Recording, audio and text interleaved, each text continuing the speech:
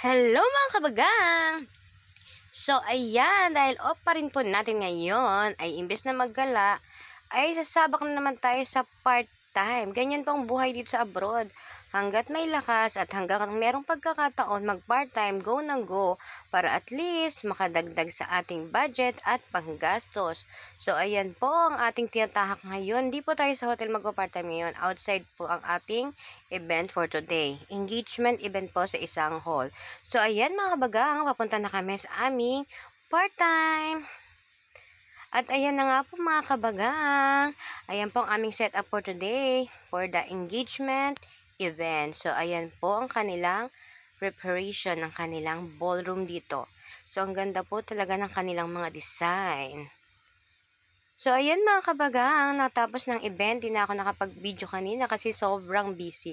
So ayan pong ating mga kapwa OFW na kumakayod pa rin kahit off nating lahat. Sa atin nga, naghihintay na po kami ng driver dyan para kami makauwi na at makapagpahinga. Dahil sobrang pagod po talaga. Ganyan ang buhay abroad. O di ba pag napagod, kahit sa pwesto, basta makapagpahinga, go lang, at least kumita kahit papaano. So, shout out sa lahat ng OFW na katulad ko na kumakayod. At ayan na nga po, pauwi na kami. Salamat mga kabagang. See ya!